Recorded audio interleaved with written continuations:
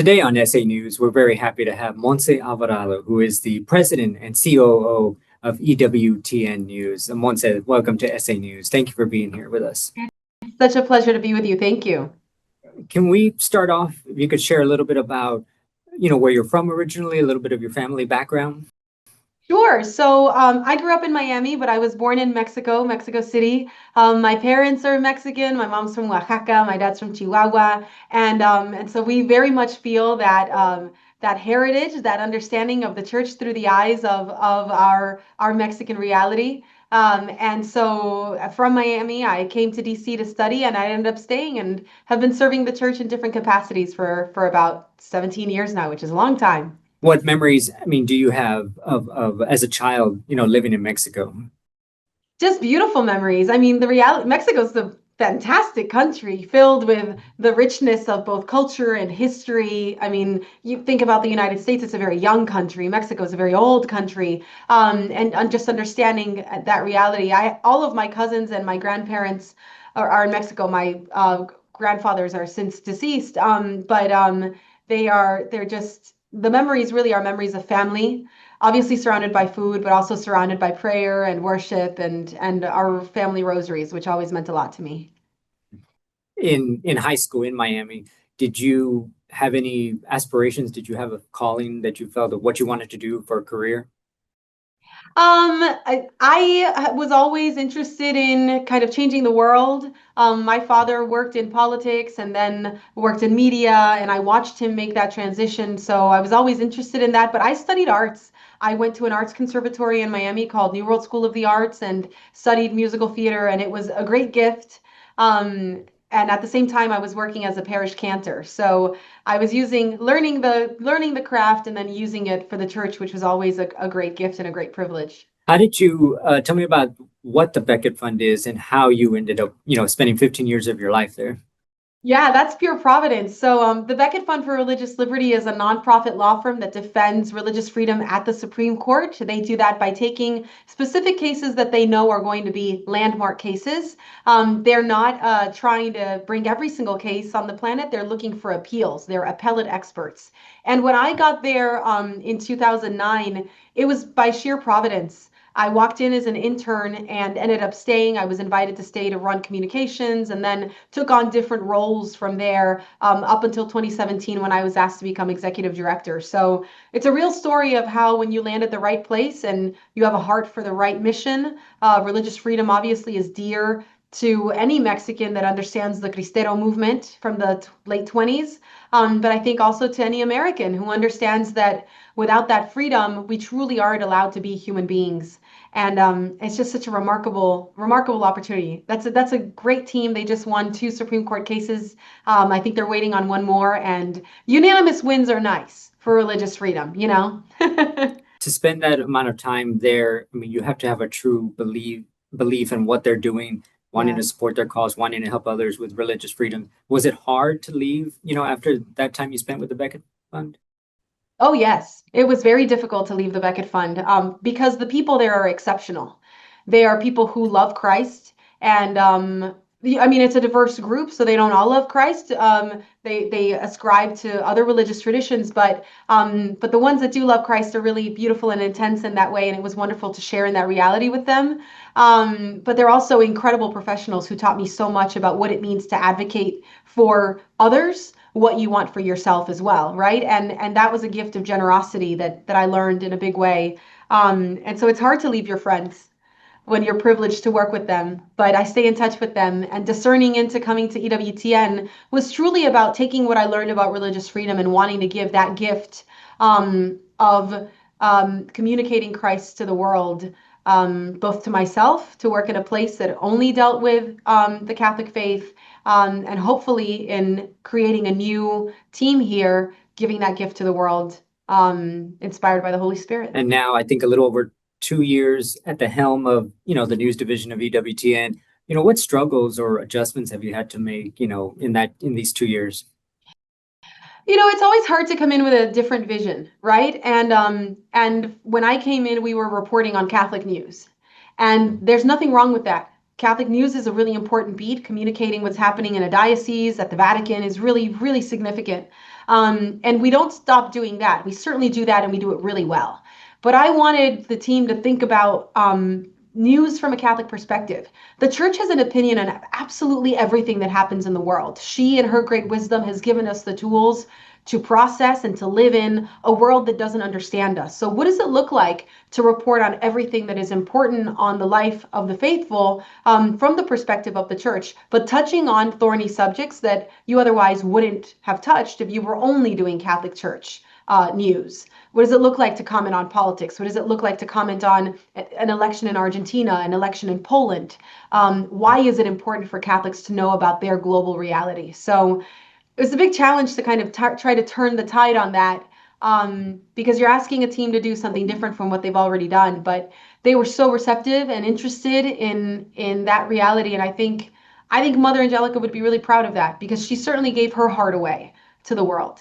If we could talk a little bit about the conclave, it's not the first conclave in your lifetime, but the first that I believe that you've covered, in the 100%. meeting. Yeah, I was in no What way, was I wasn't an adult in the last conclave.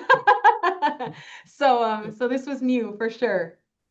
and what was it like for you, not just professionally, but personally as a Catholic, to experience that firsthand in Rome?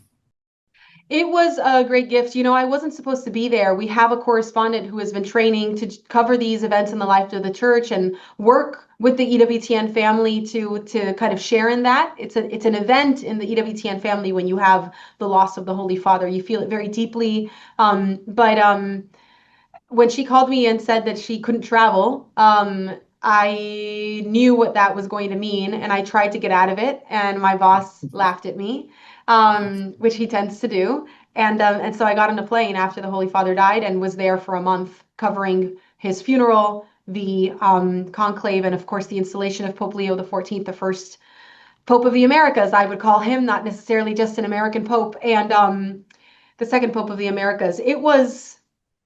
I will never forget what that was like. It changed my understanding of the institutional church.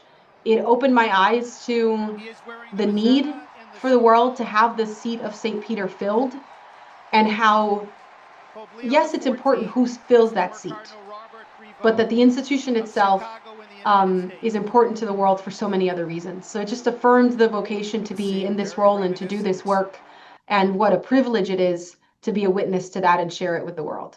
And you said the institution is important to the world. And it reminds me that the day that Pope Leo, he was announced that he was going to be the next Pope, that evening, Archbishop Gustavo was just outside San Fernando Cathedral, and a couple walked by and they congratulated him about, the new Pope, and they were not even Catholic. Can you touch on this kind of worldwide like celebration, even if you're not Catholic, celebrating this? When Pope Francis passed and during his funeral, and I get like kind of emotional thinking about this because a lot of people don't realize the impact that he had on young people. I interviewed a bunch of kids on the street, and they were like, "Look, I'm not Catholic, but Pope Francis was my shepherd," in different languages. I left the faith a long time ago, but I'm here for him. And it's fitting that the Jubilee of Teenagers happened now, because I'm here because he was my guy on the big difficult questions. They kept using the word on the difficult questions, on the moral questions, on the stuff that I don't really know what to do with. And so that was a reference point to understand how young people understand the role of someone who espouses church teaching in an accessible way. For the rest of the world, I mean, the eye of the world was on a chimney on top of St. Peter's for 2 straight days. Everyone was looking at that. If that's not proof that the church matters, I don't know what is. Because there's nothing exciting about staring at the seagulls and waiting for the smoke. Yes, I kept watching those birds, and then right before the smoke appeared, I think they came back and there was a baby bird with them, and Yeah. then the smoke came, and it was a wonderful moment. It was very sweet, and I think gave us something to talk about while we were all waiting, because everyone was Yes, nervous. right. Can you talk about how, I guess since the time you've been there in charge at EWTN News, what separates, or how have you tried to separate how EWTN is compared to other faith-based, media outlets? Gosh, that's a really great question, because I don't know that I would separate us. I think we're all on the same boat, working together. But I do think that the global aspect of EWTN is what's most unique. We're not a local outlet. We're an outlet that is, we're in 143 countries. EWTN News reports in 7 languages, has physical team members on 4 different continents. So there's a reality outside of ourselves that we try to report on that I think is part of the identity of every single Catholic. And that does set us apart because we're not going to focus only on what's important locally, which we do. We certainly do that. But we're going to try to give everyone context, just more information and more comparison to the reality of other Christians or Catholics around the world. And what would you say in terms of the way the country is right now in the United States, polarization, disinformation? What role does Catholic journalism, or what role should they play in that? Catholic journalists have such a great opportunity right now because 10 years ago, the world was obsessed with content. You heard the reality of content is king, right? Well, guess what? The price entry point for producing content and sharing information now is at an all-time low. There is no charge to go on and be a spokesperson or be a talking head. What matters now is trust and confidence. And at EWTN, we think about news as something that has to be based on truth, right? So our brand promise is truth with a capital T in every story. And that's what I believe every Catholic journalist should be thinking about is, how are you a trusted source? How are you the person that people are going to choose to communicate it? 1, because you're Catholic and they know that that institution has authority, and 2, because you do your work so well, And so I think focusing on those 2 things is going to be where our influence where we're going to be able to leverage influence rather than thinking that just producing better or prettier or more content. I just don't think that's where the world is turning. Mm-hmm. How do you go about reaching the youth, of today? Because compared to when EWTN started, now we've got social media and streaming. Yeah. And how do you target the younger generation? A lot of people are surprised that EWTN and EWTN News is really popular on TikTok.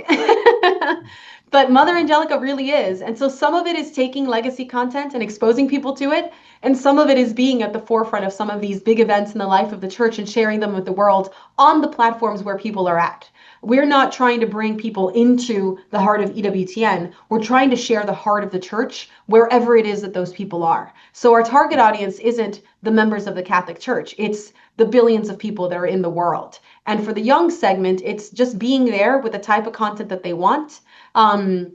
Is like EWTN series James the Less. It's short, it's on YouTube, it's only available there, and it's targeting an audience that is seeking the faith rather than already entrenched in it.